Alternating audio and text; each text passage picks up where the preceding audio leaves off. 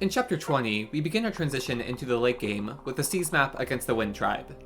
This victory condition will show up several more times, and is a big upgrade to defeat boss, effectively doubling the amount of units we have to push forward. As another typical aspect of the late game, we can make use of flyers to skip past a ton of terrain. There is one Freeze Priestess and Kenshi Knight patrolling the air, but by making use of the winds, we can have a squad fly right to Fuga with almost no opposition. However, there is one problem. On normal mode, the Dragonbane only works on the enemies, and not our own units. As such, we'll have to go where the wind blows for this one, relying exclusively on its automatic activation to catch a ride.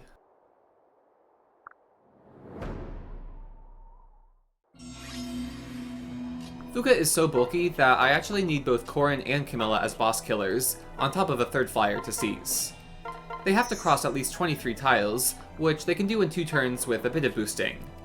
Turn 1, I have Corrin move twice with the Sing and separate with Xander, but Camilla starts close enough to just move forward. Now Camilla and Xander can reach their target after the wind's 5-tile boost, and Corrin doesn't even need the winds, for reasons we'll soon see. For other flyer activity, Bruka can take 2 turns to ferry Kaze to the western chest, while Fumi ferries Flora to instigate the southwestern Omiyogi. They're a convenient last-minute source of experience, and my goals are to get Fumi and Azura just below a level up, finish Gunter's last level, and give as much excess experience as possible to Flora. For this tedious task, I'll have all my remaining units to help out.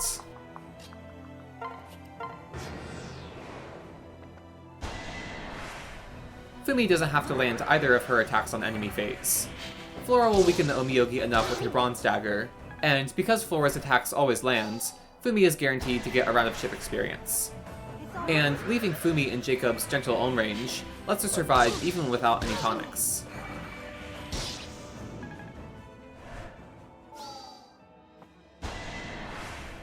Camilla got to end in range of a couple Spearmasters, earning enough experience for her 10th level up.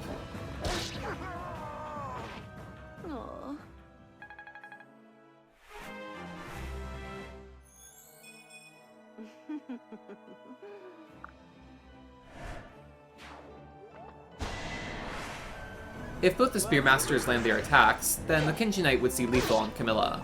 Camilla dying would be bad, but the Spearmasters fill her guard gauge, so Camilla will always survive this enemy phase. Conveniently, Corrin's current tile lets him fight 2 Omiyogi, without the Omiyogi also being in range of Xander.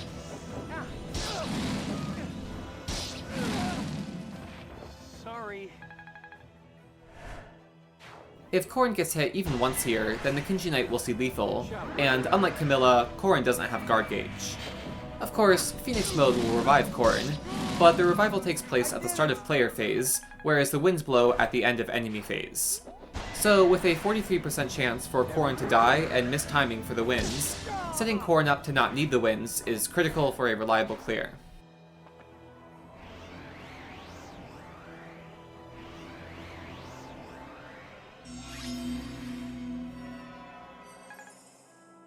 Azura can't help Corrin's group anymore, but I left her far back enough to catch a ride with Leo and help with the Western group's quest for experience. For Gunter's part, he just needs 1 chip attack to finish his 3rd level on Bow Knight and learn Rally Skill. This provides +6 hits, and while we won't use Rally Skill specifically next chapter, Gunter does need to learn it before reclassing next chapter.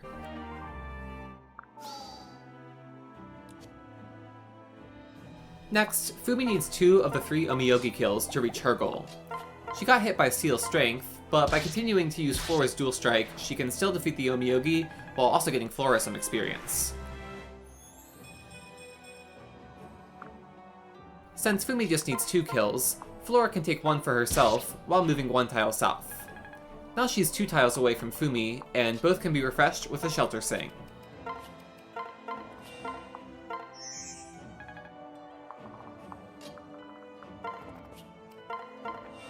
This Shelter Sing puts Azura 1 Sing away from level 10, and now Flora can get an extra round of chip XP. You could certainly set up more experience to go to Gunter or Fumi if needed, as Flora's training is not nearly as important. But since no one else needs experience, we might as well give the rest to Flora, since every point of magic and skill she gains equals a point of hit with offensive staves. In the end, I'm able to get Flora 70 experience this chapter for her 2nd level up, after 2 chip attacks, 1 kill, 2 dual strike chip attacks, and 2 dual strike kills. I'm so happy. With that out of the way, Baruka flies Kaze over the chest, unlocking our second and final rescue staff. Now we have 4 uses, which we'll start using very soon. Back to the east, Camilla attacks first, reaching perfect hit with Weapon Triangle advantage and Heartseeker.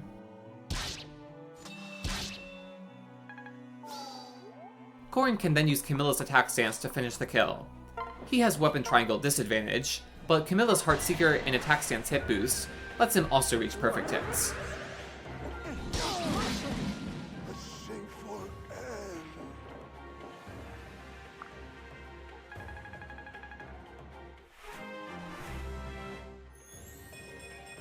This is my chance.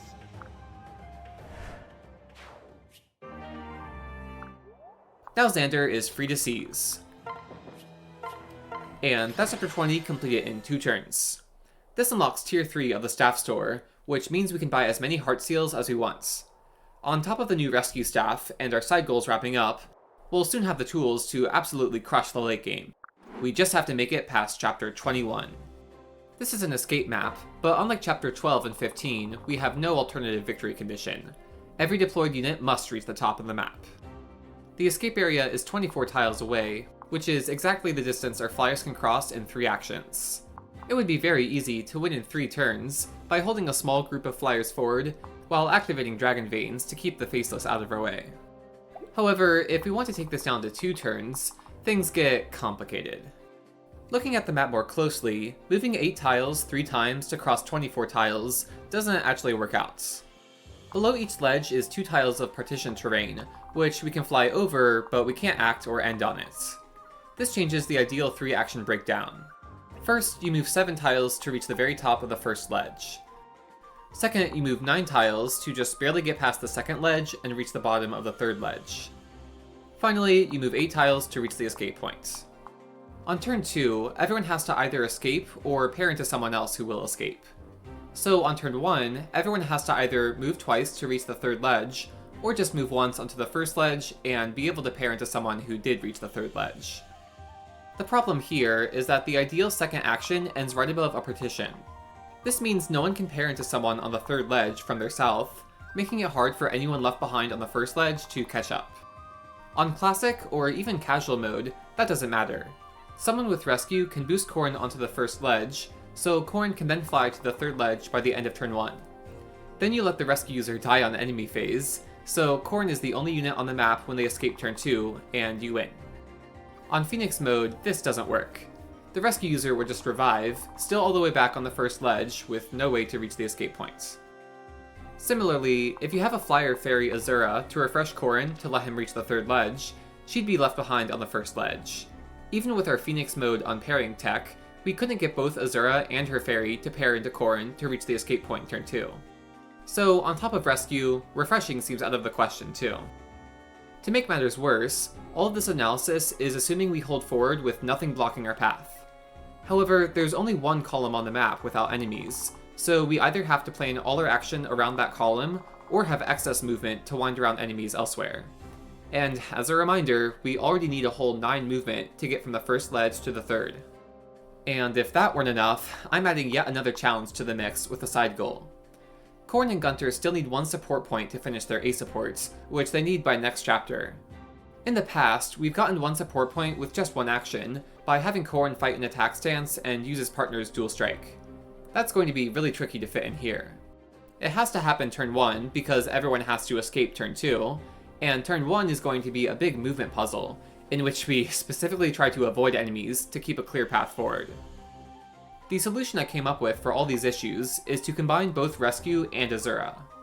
Individually, both strategies would result in a unit being left behind, but together, they'll be able to get every deployed unit onto the third ledge turn 1, and still leave an opportunity for Corrin and Gunter's support points. To fit Gunter into the deployments, I reclass him into Wyvern Lord.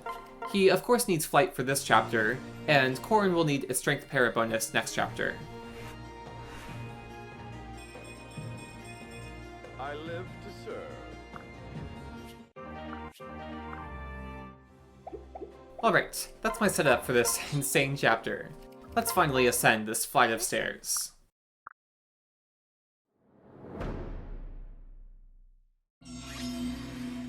Because Corrin has boots, he can reach the top of the first ledge by himself and attack a faceless for a point of weapon rank. He has to be unpaired, because now Gunter is going to ferry Azura to refresh him while Gunter gets transferred over. This is the final song Azura needs to reach level 10 and learn Inspiring Song. The +3 speed, skill, and luck is going to be amazing for the tough boss kills starting next chapter. Now Corrin can reach the third ledge, and to set up everyone else to do the same, I use a flying shelter sing. Xander uses shelter, then Camilla transfers with Xander, taking Azura while giving Fumi to Xander. Now Camilla can switch with Azura to sing for Xander.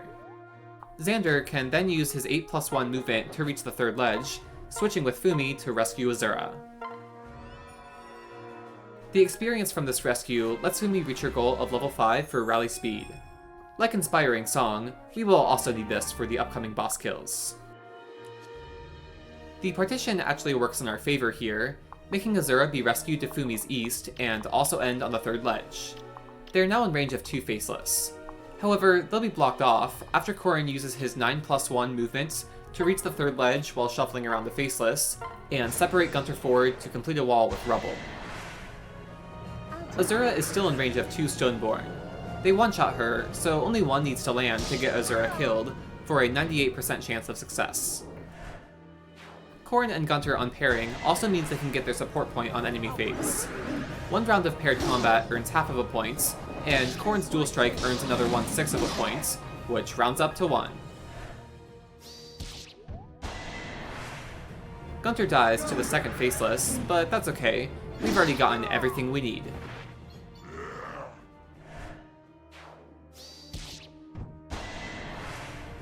With the Grim Yato, Corrin lives a faceless despite 2 rounds of Savage Blow damage, earning another point of weapon rank. Corrin does die to the second Stoneborn. Again, that's okay. We'll be in place for next turn either way.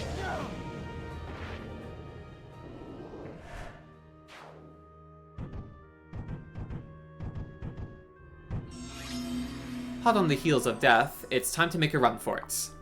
Gunter pairs into Corrin again, so he can wrap around the enemies and reach the escape points. Azura is revived separated, so now she can pair back into Camilla, who flies both to the escape points. And as our last units, Fumi and Xander fly north and escape. And that's chapter 21, completed in 2 turns. It's not often that Phoenix mode makes a run harder, taking what felt like should have been a clean and simple chapter to a really challenging puzzle. With the chapter completed though, we're free to enter into foreign lands and begin our conquest of Hoshido. This is what our team building has been leading up to throughout the entire game, so it should be quite exciting to see. Thanks for watching, and I'll see you next time.